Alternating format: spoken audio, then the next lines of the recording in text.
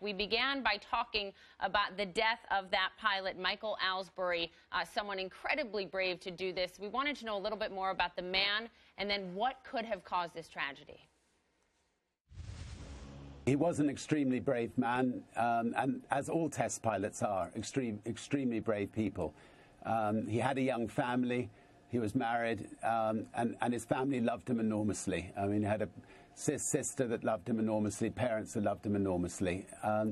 But he was a test pilot, and test pilots are trying to discover things that the 400 engineers and technicians on the ground can't necessarily see on the ground. And the test pilots push the aircraft to the limit before finally members of the travelling public are allowed on it. And obviously something happened which we will learn about to make sure it can never happen again.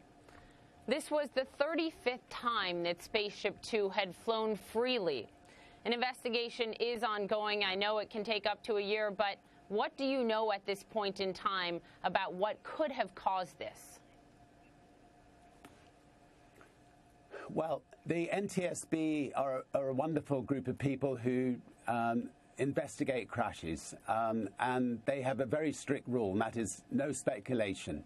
And in fact, the British press have, I think, rather irresponsibly, speculated that it might have been rockets exploding, it might have been fuel tanks exploding. In fact, there might have been an explosion. The NTSB have firmly ruled all that out. And have made it clear that they're coming down to one particular area or one particular thing that they believe happened. But if you don't mind, I'm going to leave it to the NTSB to let you know exactly what it is they think happened, and then we'll wait for their definitive decision. Let me ask you this, Richard. A year ago, when I interviewed you in the Mojave Desert, right next to Spaceship Two, I asked you if the risk is worth it, and you said, unless you risk something, the world stays still. Given this, is the risk still worth it? Yes, the risk is worth it, and as I say, Mike would have been the first to say that. I'm sure his parents and his wife and his sisters would not say that, but test pilots would say that because they know the risk they're taking, that they know the importance of what they're doing. We know the importance of what we're doing, if test pilots hadn't taken risks, we wouldn't have had the 747. Two of the comets blew up in the early days of airline travel, and now airline travel is as safe as anything. We've got to go through the difficult testing stage of creating a space line in order to make it safe for travellers who want to travel on that space line in the years ahead. We will persevere and we will succeed. Will you still be the first, along with your family and a few others, to take that first civilian flight into space, Richard?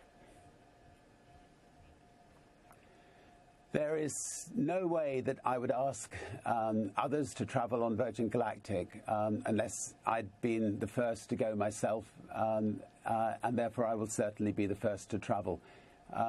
If I didn't feel it was safe enough for myself, I would not ask other people to take a flight. So, we will finish building the next spaceship.